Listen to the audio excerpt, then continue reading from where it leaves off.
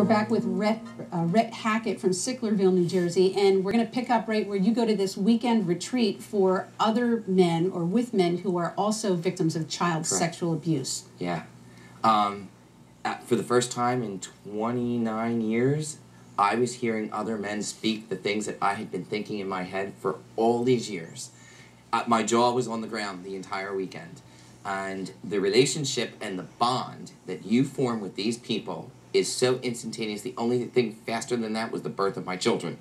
And it was at that point that I realized that life has to change in regards to the way that you think about being a survivor of sexual abuse.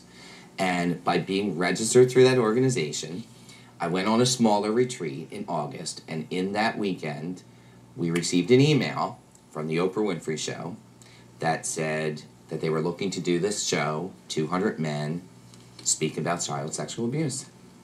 And I said, you know what, sign me up. Put my name in. I got a telephone call about a month later. They interviewed me on the phone. And a week before we were supposed to shoot, I got the telephone call from them again saying that you weren't just going to be in the audience, we wanted you for pre-taped footage, and we would like you to come out there on Monday instead of Tuesday. We'll tape the show on Wednesday, but everything that you do will be taped on Monday. So what was it like in that audience with 200 other guys? And you know that's just the tip of the iceberg. You're all standing there and you're acknowledging and telling your story. It was incredibly powerful. There was the segment started off with people holding their photo as a child, and there was a silence that maybe it was 15 seconds, but it seemed a lot longer than that. And that show was the first time on national television that I actually gave out details of what happened to me as a child. What did he do to me?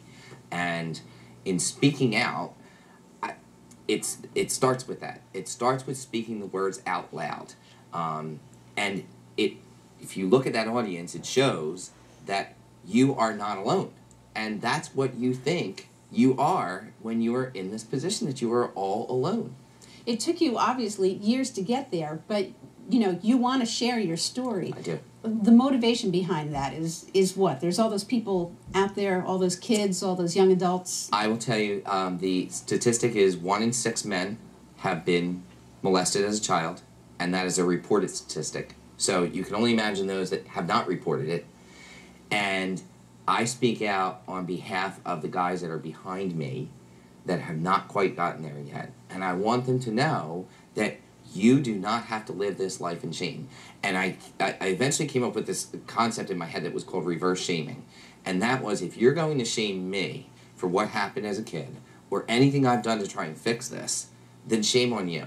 And you better just step aside, because I don't really need you in my life, because I'm going to focus on positive. And while you were telling people about your appearance, that you were going to be on the Oprah Winfrey Show, your father-in-law overhears. Tell us this story. This is amazing.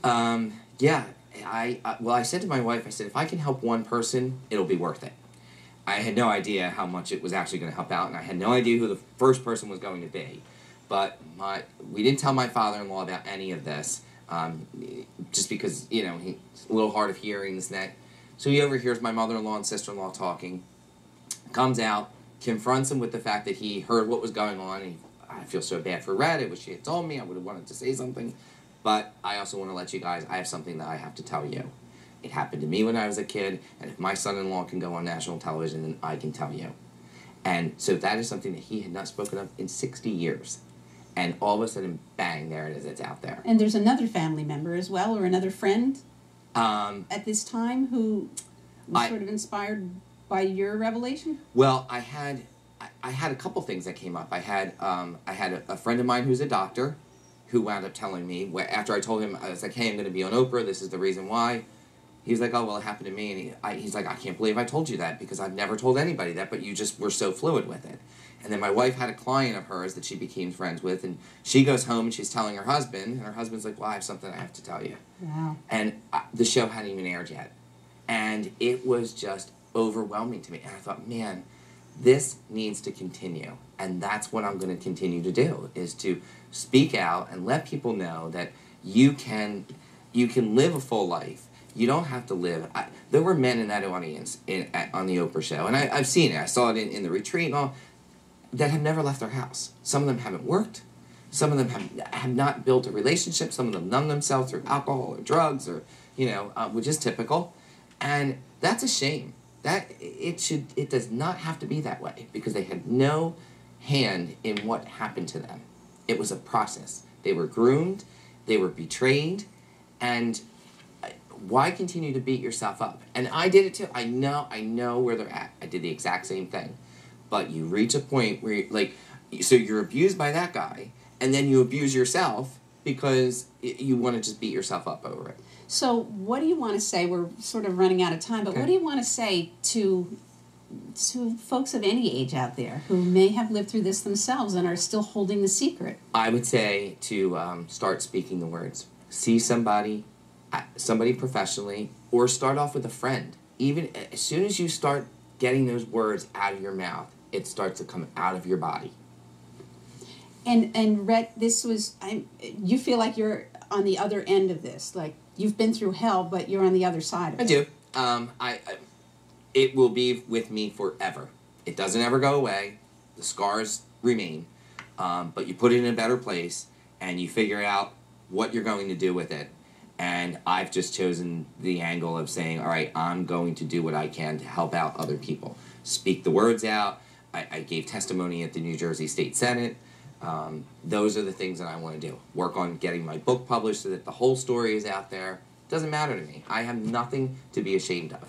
And in the couple seconds we have left, you mentioned you hope that he burns in hell. Is there anything in you that wants to forgive him, or that's not in the cards? No, it's always a debate, but I will tell you, some people have found solace in saying that, once I reach forgiveness, but as far as I'm concerned, there is no forgiveness on his part. But what you do get rid of is the bitterness and the anger, but I can't forgive him.